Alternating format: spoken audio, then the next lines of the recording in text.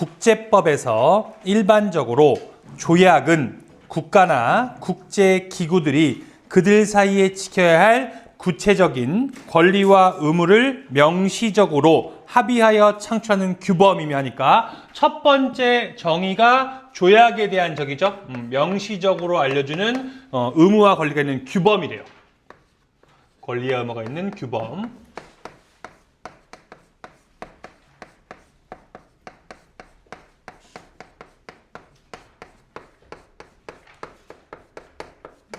체크. 그 다음에 국제간섭법은 조약 체결에 관계없이 국제사회 일반이 받아들여 지키고 있는 보편적인 규범이다니까 이건 어때? 조약 체결과 상관없이 지켜야 하는 보편적인 규범이래.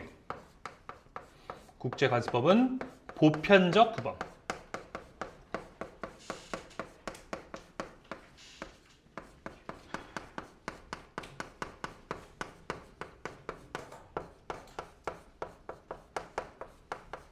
됐죠? 자, 그러면 우리가 두 가지 여기 있는 조약이랑 국제관습법에서 반복되는 단어가 있죠. 뭐 있어? 바로 이 단어 규범이야. 자, 규범의 원래 정확한 단어는 어때더라? 따르고 지켜야 할 것이라는 의미야. 그러니까 여기 있는 조약이랑 국제관습법은 조약은 상호 맺으면 무조건 따라야 하고요. 국제관습법은 보편적으로 따라야 된대요. 이해됐습니까? 이렇게 단어가 반복되면 강조야. 이 두 개는 따르고 지켜야 돼. 반면에 하니까 뒤에 얘기가 뭔지 몰라도 이거랑은 다르겠죠. 반면에 경제 관련 국제기구에서 어떤 결정을 하였을 경우 이 결정사항 자체는 권고적 효력만 있을 뿐 법적 구속력은 없는 것이 일반적이다니까 여기서 경제 관련 기구에서 하는 효력은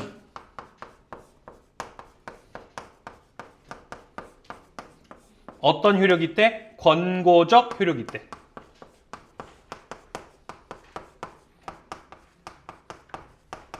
자, 요것도 잘 보시더라. 권고라는 얘기는 뭐야? 야, 이거 해줬으면 좋겠어 하면서 이렇게 제안하고 추천은 가능하지만 뭐가 없대? 법적 구속력은 없대. 그러면 반면에 했으니까 너네가 다시 한번 위에 거랑 연결하면 여기 있는 두 개는 뭐가 있다는 얘기야? 법적 구속력이 있다는 얘기죠. 그러면서 자연스럽게 경제 관련 기구랑 위에 있는 여기 두 가지는 뭐가 된다? 대비되겠네. 이렇게 체크. 계속. 자, 그런데 국제결제은행 산하의 바젤위원회가 결정한 BIS 비율 규제와 같은 것들이 비회원의 국가에서도 엄격히 준수되는 모습을 종종 보게 된다니까 여기서 특이하게 어떤 건 BIS 규제는 엄격하게 지켜진대요.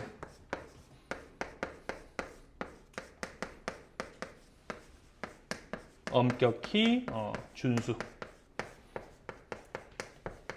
그러면 어때? 너네는 이걸 보고 되게 특이하게 느낀 게 기본적으로 경제 관련 기구는 권고적 효력밖에 없는데 얘만 엄격히 준수되니까 특이하구나. 이해됐죠? 이게 딱 파악돼야 돼. 이처럼 일정의 규범적 성격이 나타나는 현실을 어떻게 이해할지에 대한 논의가 있다. 이는 위반에 대한 제재를 통해 국제법의 효력을 확보하는 데 주안점을 두는 일반적 경향을 되돌아보게 한다니까 다시 한번 보게 한대. 곧 신뢰가 형성하는 구속력에 주목하는 것이다니까 신뢰를 통해서 뭐 한대요? 구속력을 갖고 있는 게 있대.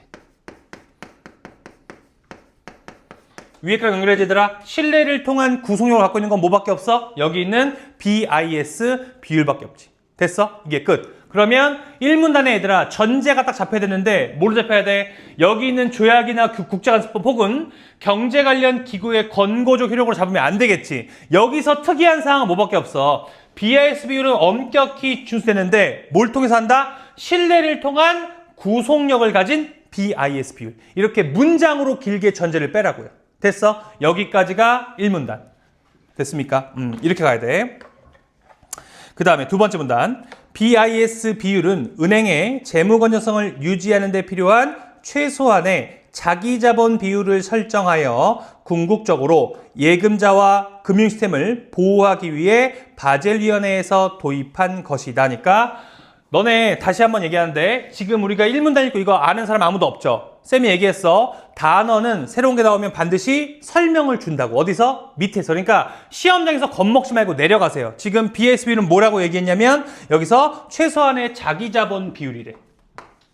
BIS 비율은 최소한의 자기자본 비율. 최소 자기자본 비율이래.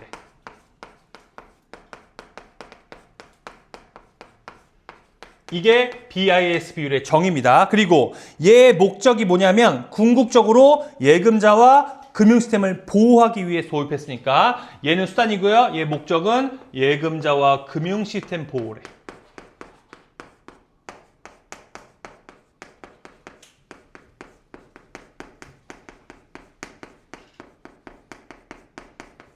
이렇게 하면서 왜 이거를 만든 이유, 수단에 따른 목적, 그 다음에 얘에 대한 정의를 딱 줬지. 됐어요. 그 다음에 내려갑시다. 바젤위원회에서 BIS 비율은 적어도 규제 비율인 8%는 되어야 한다는 기준을 제시하였다. 이에 대한 식은 다음과 같다 하면서 밑에 식이 나오는데 여기서 내가 조금 할 얘기가 있는데 자, 지금 아까 우리 수업 시간에 했는데 식이 나오면 애들이 그냥 발작을 일으켜. 특히 문과 친구들 이거 왜 나와 짱나는데 잘 봐 얘들아. 이거는 수학이 아니고 국어니까 이 공식을 암기하라는 게 아닙니다. 이 분자분모에 너네가 어떤 수나 어떤 수치를 집어넣어야 되는지 이해하는 게 핵심이라고. 알겠어? 그러니까 겁먹지 마시고요. 거기다가 뭐가 들어가는지를 확인해야 돼. 여기서 지금 식을 보면 모분의 위험 가중 자산분의 자기자본이 몇 프로 이상? 8% 이상이어야 된대. 그래서 여기서 위험 가중 자산분의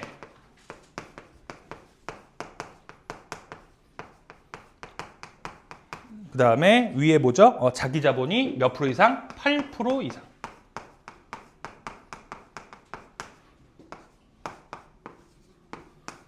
됐죠? 요렇게만 딱 체크만 해놓으라고. 암기하지 마세요. 그 다음에 자 여기서 자기자본은 은행의 기본자본, 보완자본 및 단기 후순위 채무의 합. 바로 나오죠? 여기는 자기자본은 기본자본, 보완자본, 단기 후순위 채무의 합이래.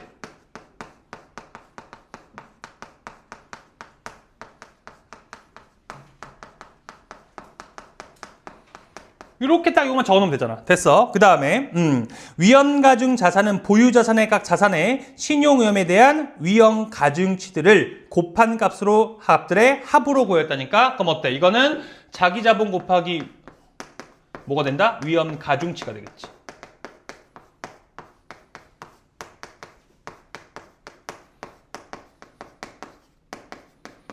됐죠? 이렇게 분자분모에 어떤 게 들어가는지를 너네가 체크만 해놓으라는 얘기지 암기하지 마시라고. 알겠지? 그리고 실제로 암기도 안 돼. 알겠어? 그러니까 여기 정의.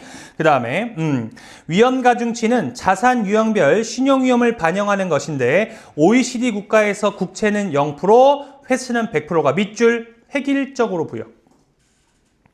획일이니까 어때더라? 반드시란 의미랑 똑같죠? 무조건 국채는 0%가 부여되고요. 회사채는 100%가 부여됩니다. 그래서 국채는 0%, 회사채는 100%가 부여된대.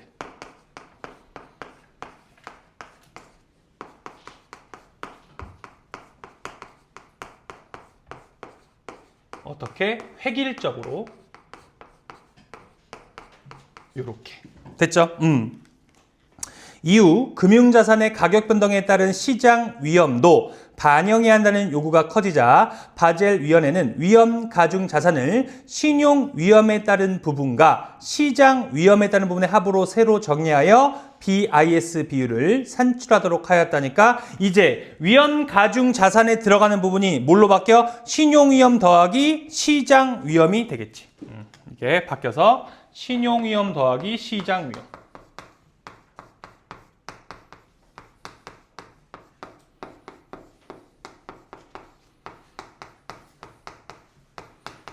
여기까지.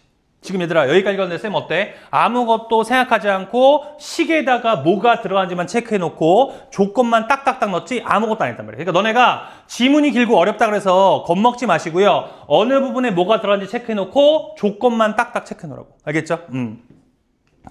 자, 신용 위험의 경우와 달리 시장 위험의 측정 방식은 감독기관의 승인하에 은행의 선택에 따라 사용할 수 있게 하여 바젤 1 협약이 1990년에 완성되었다니까 이렇게 완성된 게 바로 뭐가 됐다? 바젤 1이 됐대요. 끝. 됐죠? 그러면 바젤 1은 저기 있는 식으로 이용하고요. 또 하나 이렇게 조건 국채는 0%, 회사채는 100%가 획일적으로 부여되는구나 까지만 들어가지 더 이상은 안 들어가잖아. 됐어? 그 다음에 금융혁신의 진전으로 바젤 1 협약의 한계가 드러나자 2004년에 바젤 2 협약이 도입되었다. 그러면 여기가 한계점을 갖고 있대. 그러면서 새로운 게 도입됐으니까 얘가 갖고 있는 문제점을 보완한 게 바젤 2가 되는 겁니다. 됐어? 그래서 얘가 갖고 있는 문제점을 보완을 쓱 하면서 가는 게 바젤 2가 되겠지.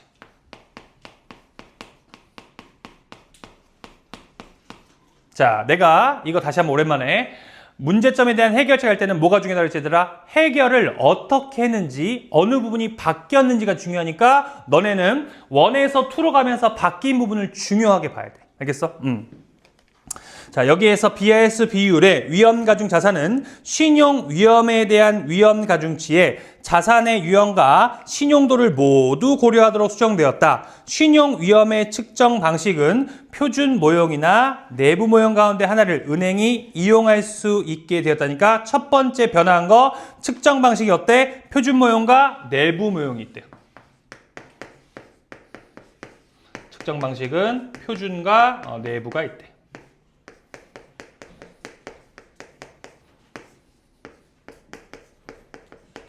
요렇게 정리. 됐죠? 두 가지가 있습니다. 자, 표준 모형에서는 OECD 국가의 국채는 0에서부터 150%까지, 회사채는 20%에서 150%까지 위험 가중치를 구분하여 신용도가 높을수록 낮게 부과한다니까. 자, 바뀐 문 나왔지 얘들아? 여기 있는 표준에서는 어떻게 바뀌었냐면 국채가 0에서 150이래요. 국채가 0부터 150%까지.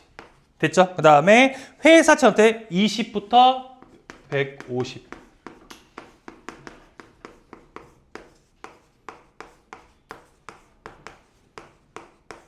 어때? 그러면 우리가 바젤 1에서 바젤 2로 바뀌면서 아까 여기서는 국채 0%, 회사채 100%로 획일적으로 위험 가중치를 계산했었는데 여기 2로 넘어가면서 어때더라? 이렇게 변화를 준 거. 이 부분이 중요하다고요. 됐습니까? 요게 체크돼야 돼. 자, 그 다음에 신용도가 높을수록 낮게 부과하니까 무슨 관계 얘들아? 반비례 관계죠? 신용도가 높으면 높을수록 어때더라? 낮게 부과.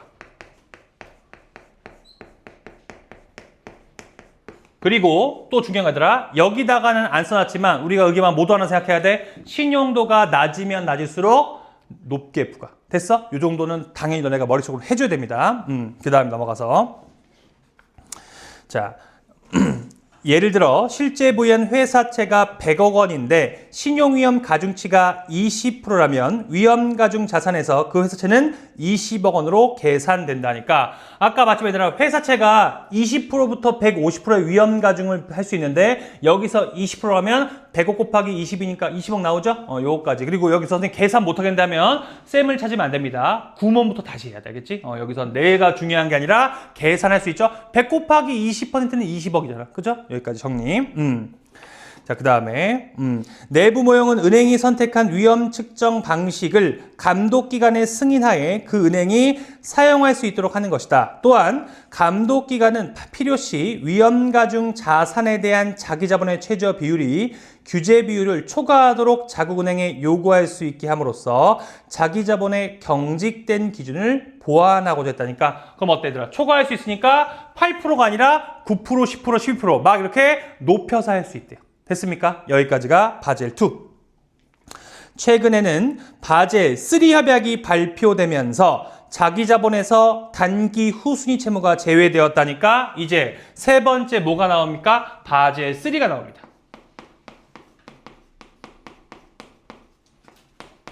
그리고 바젤 3가 되면서 또 중요한 거 뭐가 된다? 바뀐 부분이 있겠죠. 근데 뭐라 그랬어? 자기 자본에서 첫 번째 단기 후 순위 채무가 제외됐대. 자기 자본에서 단기 후 순위 채무가 제외.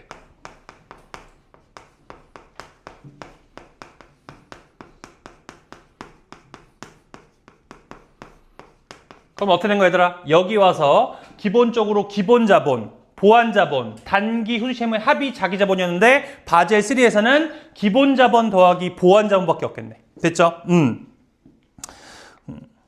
또한 위험가중 자산에 대한 기본자본의 비율이 최소 6%가 되게 보완하여 자기자본의 손실보건력을 강화하였다니까. 자, 여기 두 번째 위험가중 자산분해. 위험가중 자산분해. 뭐가 돼야 돼? 여기 있는 자기자본이 6% 이상.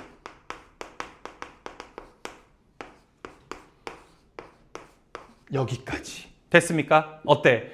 두 개가 중요하겠네. 바젤 3에서 변경된 부분. 그러니까 너네 머릿속에 바젤 1, 바젤 2, 바젤 3 이렇게 변해가면서 어떤 조건이 바뀌었는지를 체크하는 얘기야. 됐습니까?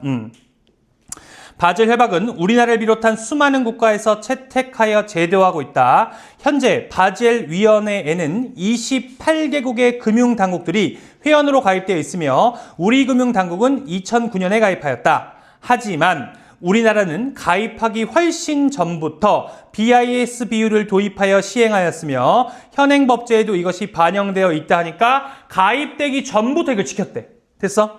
그 다음에 재무 건전성을 의심받는 은행은 국제금융시장에 자리를 잡지 못하거나 심하면 아예 발을 들이지 못할 수도 있다. 아, 여기들아, 이 얘기는 뭐야?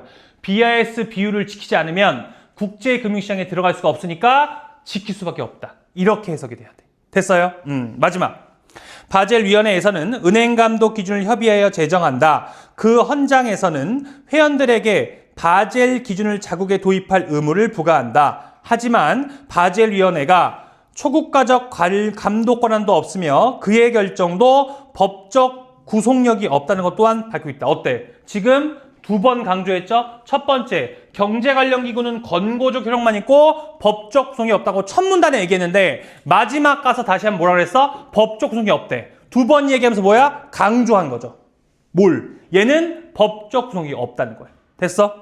그 다음에 자, 바젤 기준은 100개가 넘는 국가가 채택하여 따른다. 이는 국제기구의 결정에 형식적으로 구속을 받지 않는 국가에서까지 자발적으로 받아들여 시행하고 있다는 것인데 이런 현실을 말랑말랑한 법의 모습이라고 설명하기도 한다니까. 이런 모습이더라. 무슨 법이래? 말랑말랑한 법이래.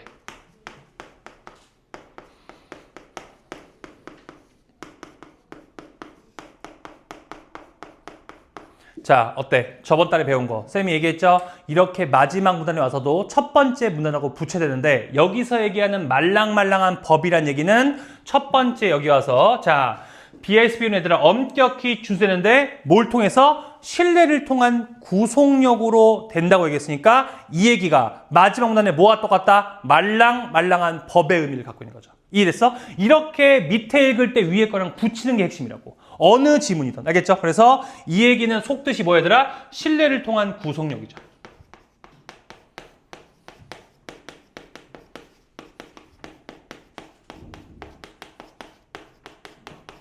됐습니까? 요렇게 머릿속에 있어야 돼. 그 다음에 자, 이때 조약이나 국제관습법은 그에 대비하여 딱딱한 법이라고 부르게 된다니까. 자, 조약이나 관습은 무슨 법이래 얘들아? 딱딱한 법이래. 이것도 첫 번째 문단에 있어요, 얘들아. 지금 조약과 국제관습법의 공통점 뭐라고 했어, 얘들아? 규범. 반드시 지키고 따르는 것이라고 했으니까 너네 머릿속에 아, 얘는 뭘 의미한다? 규범을 의미하는구나. 요렇게 정리하시라고요. 됐어? 이게 쌤이 첫 번째 시간에 강조했던 부처읽기가 또 나오는 거죠. 오케이? 그 다음에 바젤 기준도 장래에는 딱딱하게 응고될지 모른다니까 결국 이 얘기는 뭐였더라? 바젤 기준도 나중에는 규범처럼 바뀔 수 있다. 이렇게 정리. 됐어? 역시 경제 지문인데도 불구하고 어때? 쌤이 강조하는 첫 번째 문단과 마지막 문단에 붙여 읽기. 두 번째, 바젤 1, 2, 3 개정됐다고 얘기했으니까 바뀌어가면서 어떻게 바뀌는지가 중요하다고요. 알겠죠? 이게 가장 핵심이야. 됐습니까? 자, 가볼게요. 문제. 5번. 윗글의 내용 전개 방식으로 가장 적절한 것 했어. 자, 1번. 특정한 국제적 기준의 내용과 그 변화 양상을 서술하며까지. 그럼 어때? 국제적 기준 내용은 어때더라? 바젤 1, 2, 3 얘기했죠? 변화 양상을 얘기했고요. 국제사회에 작용하는 규범성 하니까 이렇게 신뢰를 통한 구속을 얘기했죠? 답 몇 번? 1번이 답이 됩니다. 2번. 특정한 국제적 기준이 제정된 원인을 서술하며 국제사회 규범을 감독권한의 발생 원인에 따라 분류하고 있다고 했는데 감독권한의 발생 원인을 얘기하지 않았습니다. 2번은 지워져. 3번. 특정한 국제적 기준의 필요성을 서술하며 국제사회에 수용되는 규범의 필요성을 밑줄 상반된 관점. 자주 나오죠, 얘들아? 자, 상반된 관점이 나오려면 말하는 사람이 몇 명 이상? 2명 이상이 되는데 여기서는 필자 하나밖에 없으니까 이것도 틀렸죠. 4번. 특정한 국제법의 기준과 관련된 국내법의 특징을 서술하며 이미 틀렸죠, 얘들아? 이건 국내법이 아닙니다. 국제적인 기구에서 하는 국제법입니다. 그래서 4번 틀렸고요. 5번. 특정한 국제적 기준의 설정 주체가 바뀐 사례. 자, 설정 주체는 처음부터 어때? 여기 있는 경제 관련 기구라고 얘기했지. 다른 주체가 아니니까 이것도 틀렸죠. 답은 그래서 1번. 됐어요? 6번 갈게요. 윗글에서 알 수 있는 내용으로 적절하지 않은 것. 1. 조약은 체결한 국가들에 대하여 권리와 의무를 부과하는 것이 원칙이다. 자, 어때? 여기서 조약이 되면 어때더라? 권리와 의무가 있는 규범이니까 이걸 따라야 되겠죠? 그러니까 부과한다는 의미도 가능합니다. 1번 지워줘. 2번. 새로운 바젤 협약이 발표되면 기존 바젤 협약에서의 기준이 변경되는 경우가 있댔는데 1에서 2로, 2에서 3로 갈수록 기준이 변경됐죠? 2번도 맞습니다. 3번. 딱딱한 법에서는 일반적으로 제재보다는 신뢰로서의 법적 구속력을 확보하는 데 주안하는 점이 있다는데 자, 내가 얘기했잖아. 신뢰를 통한 법적 구속력은 뭐가 갖고 있어? 여기 있는 말랑말랑한 법이 갖고 있는 거지 딱딱한 법이 갖고 있는 게 아니죠. 답 몇 번? 3번. 어때? 붙여 읽기를 해야지만 선지가 뚫린다고요. 오케이? 3번이죠. 4번. 국제기구의 결정을 지키지 않을 때 있게 될 불이익은 그 결정이 준수되도록 하는 역할을 한다니까. 여기서 어때? 만약에 국제기구의 결정을 따르지 않으면 어때? 아까 얘기했지만 국제시장에 발을 들일 수 없다고 얘기했죠? 그러니까 불이익이 있는 거 맞습니다. 5번. 세계 각국에서 바젤 기준을 법제하는 것은 자국은행의 재무 건전성을 대외적이니까 어때더라? 국제적으로. 알겠죠? 답은 그래서 3번이 됩니다. 자, 이제 7번 갈게. 자, BIS 비율에 대한 이해로 가장 적절한 것. 1. 바젤 1 협약에 따르면 보유하고 있는 회사채의 신용도가 낮아지는 경우 BIS 비율이 낮아지는 경우가 있다. 자, 이거 어때더라? 신용도가 낮아진다는 얘기는 반대로 뭐랑 똑같은 얘기더라? 여기 있는 신용 위험이 커지는 얘기야. 그러면 반대죠? 신용 위험이 커지니까 어떻게 부과해? 높게 부과해야죠. 이렇게 수능 선지는 앞에 있는 지문에 같은 의미를 다르게 쓴다고. 알겠죠? 이렇게 체크해서 1번도 지워지고요. 2번. 바젤 2 협약에 따르면 각국의 은행들이 준수해야 하는 위험 가중자산 대비 자기 자본의 최저 비율은 동일하다는데 아니죠. 더 높게 설정이 가능하다고 얘기했으니까 2번도 지워집니다. 3번. 바젤 2 협약에 따르면 보유하고 있는 OECD 국가의 국채를 매각한 뒤 이를 회사채에 투자한다면 BIS 비율은 밑줄 항상 높아진다. 자, 내가 얘들아 수식어랑 보조사가 중요하다 했는데 항상은 무조건 높아지는 거지. 근데 보자.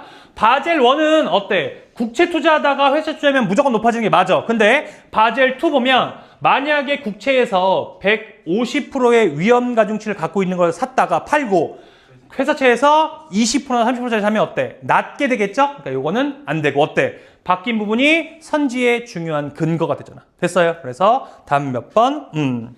3번도 틀렸죠. 그 다음에 4번. 바젤 2 협약에 따르면 시장 위험의 경우와 마찬가지로 감독기관의 승인하에 은행이 선택하여 사용할 수 있는 신용위험의 측정 방식이 있다. 자, 아까 방식이 두 개였죠. 표준모형과 내부모형인데 이것도 은행이 선택할 수 있다고 얘기했으니까 답 몇 번? 4번이 답이 됩니다. 됐어요? 역시 바뀐 부분에서 답이 나오죠. 그 다음에 5번 볼게. 자, 바젤 3 협약에 따르면 위험가중자산 대비 보완자본이 최소 2%는 되어야 보완된 BIS 비율 규제를 은행이 준수할 수 있다는데 아까 여기서 얘기한 건 뭐였더라? 지금 위험가중자산분의 자기자본이 6% 이상이라는 얘기지 보완자본 얘기는 안 했죠. 근거가 없는 것도 틀린 거예요. 알겠죠? 답은 4번. 넘어가서 자 오답률 1위 문제로 갈게요. 보자마자 이제 또 짜증이 나, 유상은, 그지? 딱 보자마자 뭐가 나와? 식이 나오니까 이걸 어렵게 생각하는데 어렵지 않습니다. 하나 더. 너네 그리고 여지껏 수능에서 만약에 계산 문제가 나왔다. 계산 자체가 어려운 적이 한 번도 없어. 그러니까 계산은 자신 있게 들어가세요. 계산 문제는 수학에서 하는 거지 국어에서 하는 게 아니기 때문에 어렵게 낼 수가 없습니다. 갑자기 치사하게 128.2분의 64.875 이렇게 안 나온다고 알겠죠? 딱딱딱 숫자 끊어지게 나오니까 바로 가볼게. 윗글을 참고할 때 보기에 대한 반응으로 적절하지 않은 거. 자, 보기 먼저 봅시다. 갑은행이 어느 해 말에 발표한 자기자본 및 위험가중자산은 아래 표와 같다. 갑은행은 OECD 국가의 국채와 회사채만을 자산으로 보유했으며 바젤 2 협약의 표준 모형에 따라 BIS 비율을 산출하여 공시하였다니까 이걸 알려줬대요. 이때 회사채에 반영된 위험 가중치는 50%였다. 그 이외의 자본 및 자산을 모두 무시한다니까. 자, 이제 표 보자.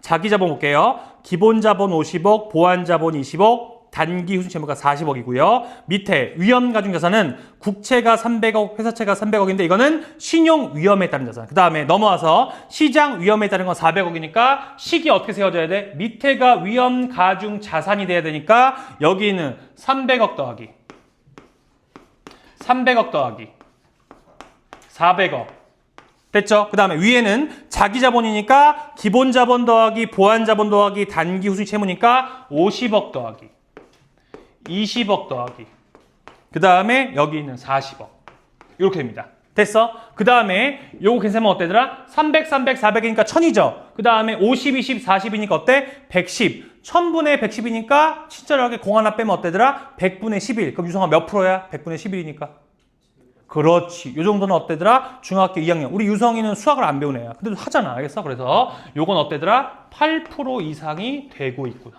여기까지. 이게 보기 분석이라고요. 오케이? 그 다음에 이렇게 한 다음에 이제 내려가는 거야. 1번.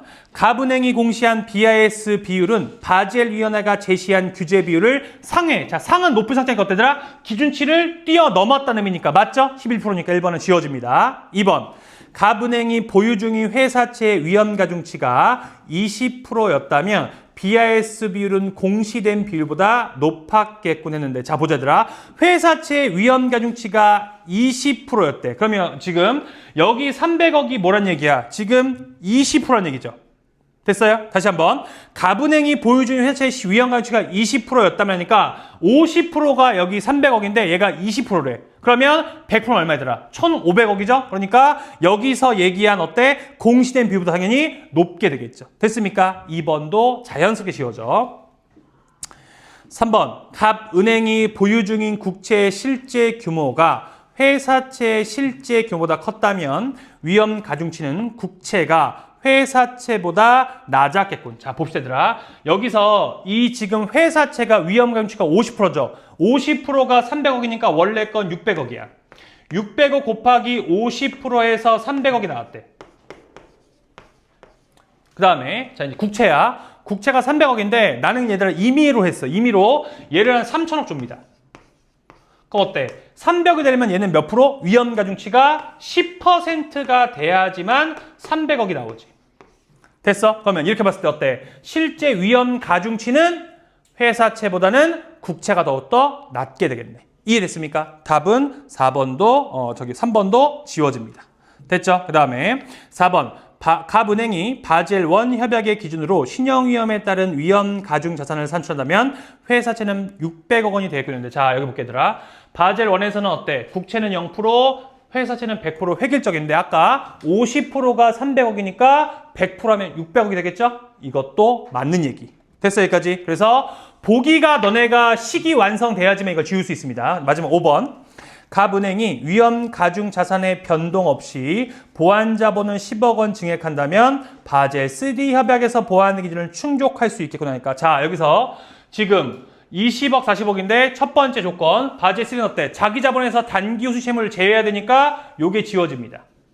됐어? 그 다음에 보완 자본에 10억을 넣어서 50 플러스 30이니까 80되니까 1000분의 80 하니까 선생님 8% 넘잖아요 하니까 될 수 있다고 생각하는데 조건이 하나 더 있죠.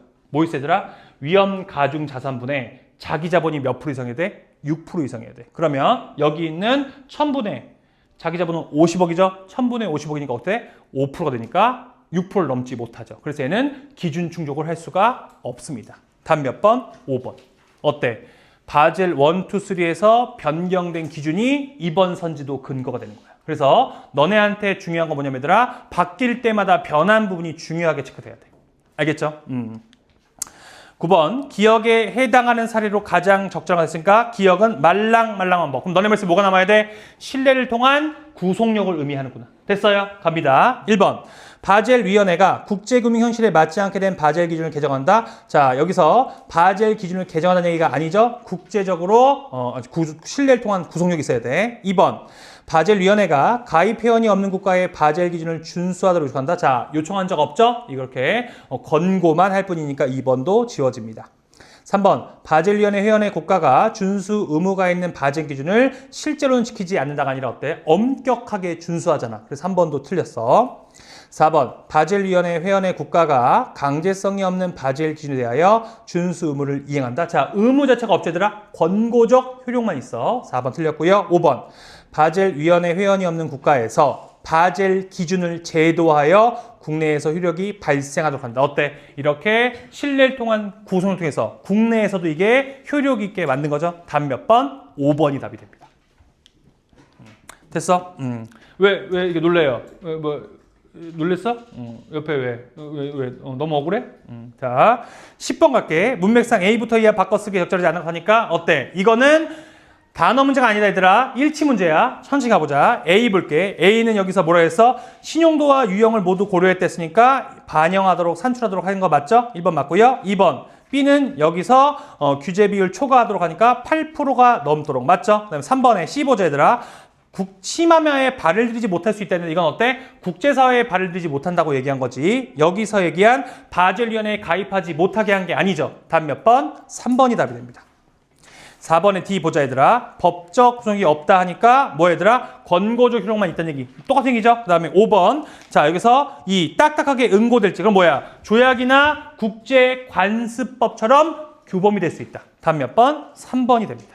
됐어요? 아 고생했어요. 이게 가장 어려운 문제 중에 하나입니다. 됐습니까? 오케이 잠깐 쉬세요.